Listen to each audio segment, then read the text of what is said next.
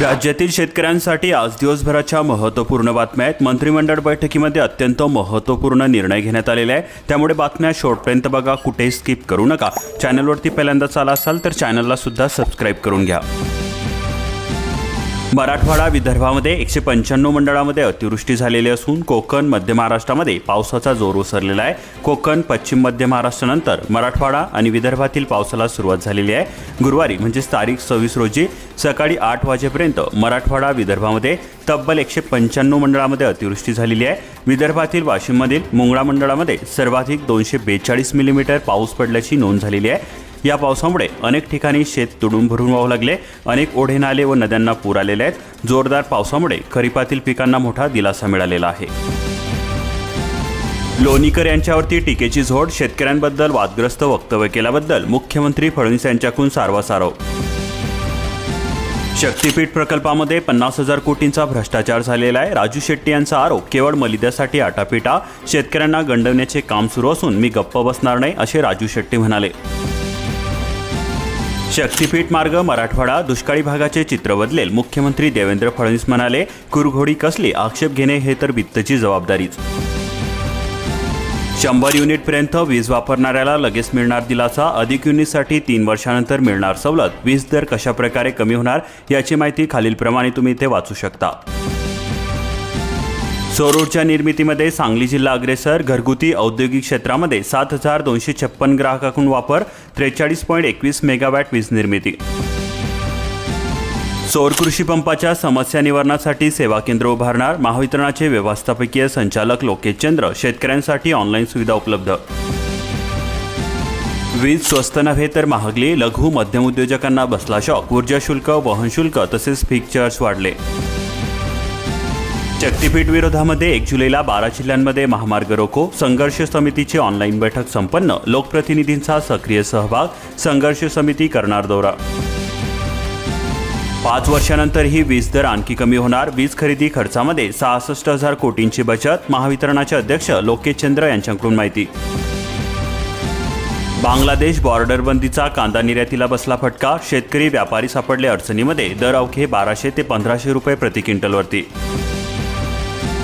अनुसूचित जाती जमातीच्या शेतकऱ्यांसाठी सूक्ष्म सिंचन योजना, विशेष अर्ज मोहीम 15 ते 30 जूनपर्यंत अर्ज करण्याचे करण्यात आले आवाहन। खरीप हंगामामध्ये 60,000 हेक्टर पेरणीचे उद्दिष्ट, सोयाबीनमध्ये 3,000 हेक्टरची तूट असून मका क्षेत्रामध्ये 2,500 हेक्टरची वाढ झालेली आहे। सिल्लोड तालुक्यामध्ये सर्वदूर पाऊस, दुबार पेरणीचे संकट टळले, पेरणीच्या कामांना येणार वेग। जालना जिल्ह्यामध्ये पावसामुळे खरीपातील पिकांना मिळाले जीवनदान, 4 लाख हेक्टरवरती पेरणी, 24 तासांमध्ये 22.80 मिलीमीटर पावसाची झाली नोंद।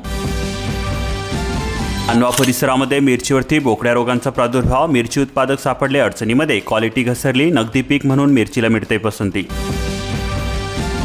किनवटमध्ये शिधावाटपामध्ये कट्ट्यातील वजनामध्ये होते घट, शासनाच्या मार्गदर्शक सूचनांकडे सर्रास होते दुर्लक्ष। पावसाने ओढ दिली, त्यामध्ये पुन्हा हरिणडुकरांचा होतोय त्रास, कोवडी उगवून वाचवण्यासाठी शेतकऱ्यांचे जुगाड, वन विभागाने उपाययोजना करण्याची होते मागणी। परभणी जिल्ह्यामध्ये धूळ पेरणी फळाला आली, बुधवारी सायंकाळी झालेल्या पावसामुळे शेतकऱ्यांना मिळाला मोठा दिलासा, दुबार पेरणीचे संकट टळले। पीक विम्यामध्ये बनावटगिरी, काळ्या यादीतील शेतकऱ्यांना 5 वर्ष लाभ मिळणार नाही, राज्य सरकारचा मोठा निर्णय, अकृषिक सरकारी देवस्थान ट्रस्टच्या जमिनीचा काढता येणार नाही विमा। वैयक्तिक शौचालय योजनेचा बोजवारा, श्रीरामपूर तालुक्यामध्ये 120 लाभार्थी अनुदान विना, 2 वर्षांपासून पंचायत समितीचे हेलपाटे। अवकाळीने 16,000 शेतकरी बाधित झालेले असून 17 कोटी रुपयांची शासनाकडे मागणी होत आहे। मागील वर्षी 160 कोटी रुपयांची वाटप करण्यात आलेली होती। शेतकऱ्यांना नुकसान भरपाई देण्याची होते मागणी, मे महिन्यातील पावसाचा विविध पिकांना बसला फटका, 2 तालुक्यामध्ये मोठे नुकसान झालेले आहे, शहादा आणि तळोदा तालुक्यामध्ये।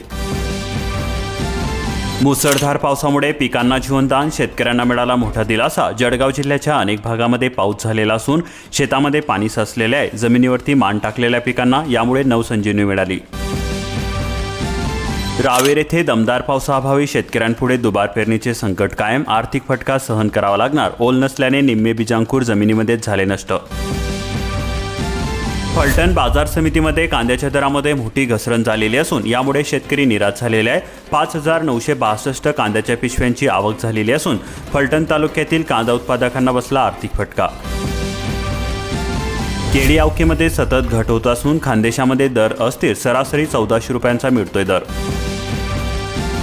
पश्चिम वऱ्हाडामध्ये पावसाची दमदार हजेरी झालेली असून बुलढाणा जिल्ह्यामध्ये पुरात अडकलेल्या 5 नागरिकांची सुटका करण्यात आली. पीएम किसान योजनेच्या पुढील हप्त्याबाबत अत्यंत महत्त्वाची अपडेट समोर येत आहे. शेतकऱ्यांना लवकरच 30 जूनच्या आतमध्ये हा हप्ता त्यांच्या खात्यावरती जमा करण्यात येणार आहे. मात्र शेतकऱ्यांनी लवकरात लवकर आपली ई-KYC प्रक्रिया पूर्ण करून घ्या. रस्त्यावरती उतरणार सक्तीविरोधामध्ये उद्धव ठाकरेंचे 2 वेगवेगळे मोर्चे. हिंदी भाषेचा मुद्दा पेटला. सरकारची परीक्षा बघणारे अधिवेशन 30 जूनपासून सुरू होणार. बनावट दस्तऐवजांवरती दिलेल्या 2,200 जन्म प्रमाणपत्रांपैकी फक्त 82 परत. प्रक्रिया मंदावल्याने किरीट सोमय्यांची नाराजी. आयुक्तांना 10 दिवसांचा देण्यात आला अल्टिमेट. विदर्भामध्ये पावसाचा कहर. वर्धा, यवतमाळ जिल्ह्यामध्ये तिघांचा बळी. जनजीवन विस्कळीत झालेले असून वर्धा, अकोला, यवतमाळ, बुलढाणा, अमरावतीमध्ये मुसळधार पाऊस झाला. खरेदी खर्चामध्ये 66,000 कोटींची बचत झालेली असून ग्राहकांना वीज मिळेल स्वस्त. स्मार्ट मीटर बसवण्याचे महावितरणाचे आव्हान.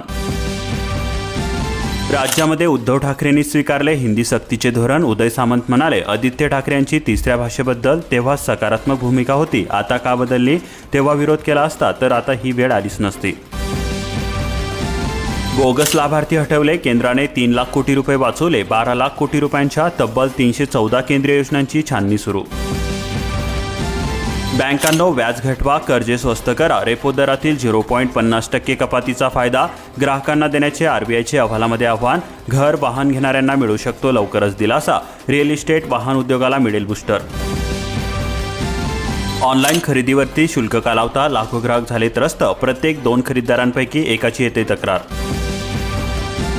अकोला जिल्ह्यामध्ये सर्वदूर दमदार पाऊस. विश्वमित्रा लघु प्रकल्प 100% भरला.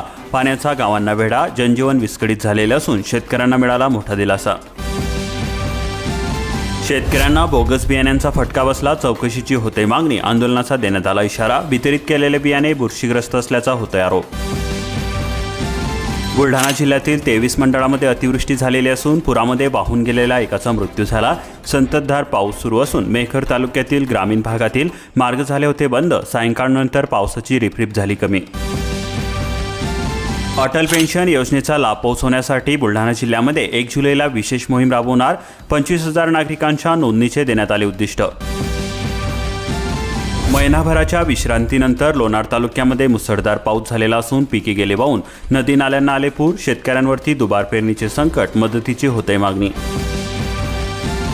धाडी, तपासणी, नमुने घेण्याचे अधिकार काढले. बोगस कृषी कंपन्यांचा दबदबा वाढतोय. गुन्हे नियंत्रण विभागाच्या अधिकारांमध्ये कपात करण्यात आली. संग्रामपुरामध्ये 80% खरीप पेरण्या आटोपल्या. सोयाबीनच्या क्षेत्रामध्ये झाली वाढ. कपाशीची लागवड घटली. कृषी विभागाची माहिती. पावसाची साथ कायम राहिल्यास उत्पादन भरघोस होणार. पीक कर्ज वाटपाचे 50% उद्दिष्ट 30 जूनपर्यंत पूर्ण करा. जळगाव जामोद जिल्ह्यातील 3 तालुक्यातील बँक अधिकाऱ्यांच्या बैठकीमध्ये निर्देश देण्यात आले. यंदापासून सुधारित पीक विमा योजना लागू झाली. 31 जुलैपर्यंत डेडलाईन देण्यात आली. योजनेमध्ये सहभागासाठी फार्मर आयडी अनिवार्य असणार आहे. तसेच ई पीक पाहणी सुद्धा यंदापासून अनिवार्य करण्यात आलेली आहे. कृषी विभागाची माहिती. वाशिम जिल्ह्यामध्ये संततधार पाऊस. 34 महसूल मंडळामध्ये अतिवृष्टी झालेली असून नदी नाल्यांना आले पूर. पिकांसह जमिनी खरडल्या. शेतकऱ्यांच्या अतोनात नुकसान झालेले असून शेतामध्ये पाणी साचल्यामुळे खोळंबलेल्या पेरण्या होणार विलंब.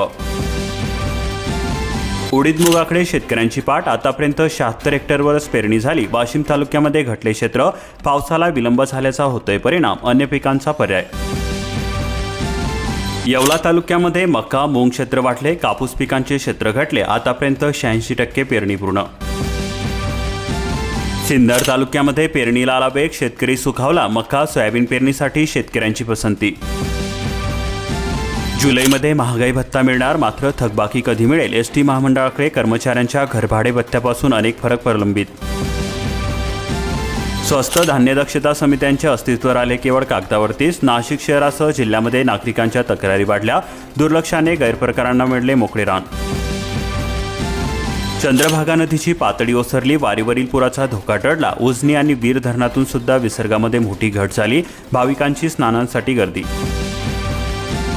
शेतकरी कसाबपेक्षा वाईट आहेत का? राजू शेट्टी म्हणाले, शक्तीपीठ हायवेच्या मोजणीसाठी आंबेगावमध्ये आलेल्या पथकाला जावे लागले माघारी. ई पीक पाहणी पूर्ण करून घ्या, अन्यथा फळपीक विमा अर्ज होतील रद्द. शासन निर्णयानुसार अंमल. डिजिटल क्रॉप सर्व्हे मोबाईल ॲप्लिकेशनद्वारे करावी लागणार ई पीक पाहणी. पावसाने सावरला खरीप हंगाम. हिंगोली जिल्ह्यामध्ये दमदार पाऊस झालेला असून मोठ्या खंडांमुळे जमिनीबाहेर वाहले पाणी. शेतकरी सुखावला. वसमत परिसरामध्ये पावसाच्या सरींनी फुलला आशेचा नवीन अंकुर. पाण्याअभावी मरगळालेल्या पिकांना नवसंजीवनी मिळाली. बुधवारी रात्री पावसाला सुरुवात झाली. गुरुवारी सुद्धा अनेक भागांमध्ये दिवसभर रिपरिप सुरू होती. जालना जिल्हाभरामध्ये वरुणराजा बरसला, बळीराजा सुकावला. जिल्ह्यामध्ये सर्वदूर पाऊस झाला. कोमसलेल्या पिकांना जीवनदान मिळाले. रखडलेल्या पेरण्या सुद्धा होणार. आजवर वार्षिक सरासरीच्या केवळ 16.32% पाऊस झाला. वीज पावसाने शेतकऱ्यांच्या आशा पल्लवीत. टेंभुर्णीसह भोकरदन तालुक्यामध्ये गुरुवारी आर्द्र नक्षत्रेतील पावसाच्या सरी बरसल्याने शेतकऱ्यांमध्ये समाधान व्यक्त. संकनपुरीमध्ये घरकुलाचे काम करून सुद्धा हप्ते देण्यास टाळाटाळ होते. घरकुल पूर्ण करणाऱ्यांना अगोदरच हप्ता. फळांची गळती वाढली. मोसंबी उत्पादनामध्ये 40% घट होण्याची शेतकऱ्यांना भीती. हवामान बदलाचा मोसंबीला बसला फटका. सर्वदूर दमदार पावसाने बळीराजा सुखावला. पेरणी केलेल्या पिकांना मिळाले जीवनदान. सर्वच मंडळामध्ये अतिवृष्टी झाली. शक्तीपीठ महामार्ग भूसंपादनाच्या आधीच 1,500 आक्षेप दाखल. 3,829 शेतकऱ्यांची जमीन जाणार. शेतकऱ्यांच्या पाठीशी उभे राहत विविध पक्ष संघटनांचाही विरोध होतोय. दमदार पावसाअभावी चंद्रपूर जिल्ह्यातील 10 धरणे अजूनही ताणलेलीच. धरणामध्ये केवळ 28.94% जलसाठा. पाणीपुरवठा व शेतीच्या हंगामावरती होणार अनिष्ट परिणाम. समाधानकारक पावसाने आता शेतकरी सुखावले. पावसाची प्रतीक्षा संपली. शेती कामांची लगबग वाढली. हत्तीबरोबरच डुकरांचा सुद्धा हे दोष. शेतामधून पीक घरी येणार काय? वाघाचीही दहशत कायम. पेरणी झाल्यापासून वन्यजीवांचा धुडगूस सुरू. धान खरेदीचे उद्दिष्ट वाढवून मिळण्याची शक्यता मावळली. खरेदीची मुदत संपल्या. 4 दिवस शिल्लक. चुकाऱ्यासाठी पायपीट. यंदा युरियाचा 1,650 मेट्रिक टन बंपर स्टॉक राहणार. कृषी विभागाने केले नियोजन. खताचा पुरवठा झाला सुरू. उमरखेड परिसरामध्ये सिंचन विहिरीचे 12 कोटी रुपयांचे अनुदान रखडले. लाभार्थी शेतकऱ्यांच्या पंचायत समितीमध्ये मारतात चक्रा. पंचगंगा नदीची पातळी ओसरली. दिवसभर मुसळधार पाऊस. 61 पैकी 5 बंधारे वाहतुकीस खुले. नद्यांच्या पाणी पातळीमध्ये झाली घट. खरेदी खर्चामध्ये 66,000 कोटींची बचत होणार. ग्राहकांना वीज मिळेल स्वस्त. स्मार्ट मीटर बसवण्याचे महावितरणाचे आव्हान. हंगाम संपून महिना झाला. विमा परतीच्या प्रतीक्षामध्ये रत्नागिरी जिल्ह्यातील शेतकऱ्यांना विमा कंपनीच्या चुकीच्या निकषांचा बसतोय फटका. अशाच प्रकारच्या महत्त्वपूर्ण बातम्या दररोज जाणून घेण्यासाठी आत्ताच आपल्या चॅनलला सबस्क्राईब करून बेल आयकॉनला ऑलवरती सेट करून ठेवा आणि हा व्हिडिओ तुमच्या जवळील शेतकरी मित्रांपर्यंत जास्तीत जास्त शेअर करा.